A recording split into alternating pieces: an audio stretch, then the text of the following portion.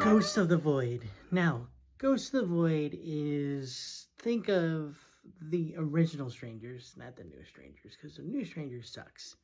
But think of the Strangers, but instead of they're in a house, they're in a car. So they're newly homeless, and they're trying to fall asleep in their car. Now, she can't fall asleep. She hasn't slept in like 2 days. He's got a little of a temper, but it's because he's drunk, but he's hiding it. So he's telling her that, it shows like in flashbacks that like they were happy, they were healthy until he started drinking. And then, he got a temper. And then they got evicted. But after they got evicted, now they're living in their car for a little bit. But this time they're trying to drive across town and they're, caught in the woods, of course. And weird stuff happens to them. Like this random homeless dude tells them to get out via a note.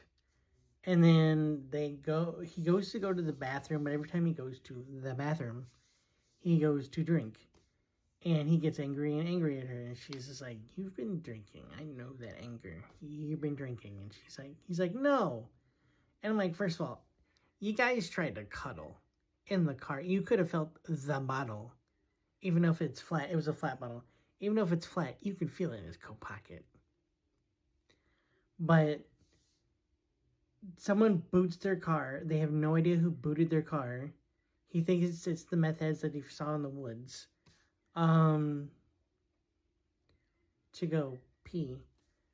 And then she, as a dumbass, leaves the keys in the trunk key ring. And I was like, you left your keys, and then she just walks up, and I'm like, how do you just leave your key? And then he sees it, and then it goes up front, and I'm like, how do you left your keys? Overall, this movie's actually pretty fun. Again, it's just strangers, but in a car, because there's people with masks that just appear out of nowhere, and they have to fight to survive. And you're like, this is the strangers, but in a car. And it's actually very creepy, and very slow in the beginning, but then it picks up at least. And I'd give this movie like a 7 out of 10, maybe a 7.5, definitely a 7.5.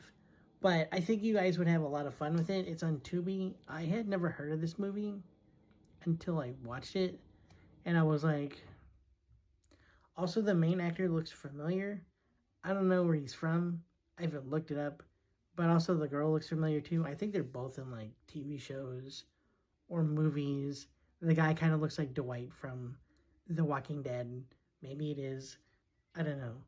But go watch it. It deserves a watch. Pretty decent watch. I've got other reviews coming out today. Like, subscribe, get to 1,000 subscribers.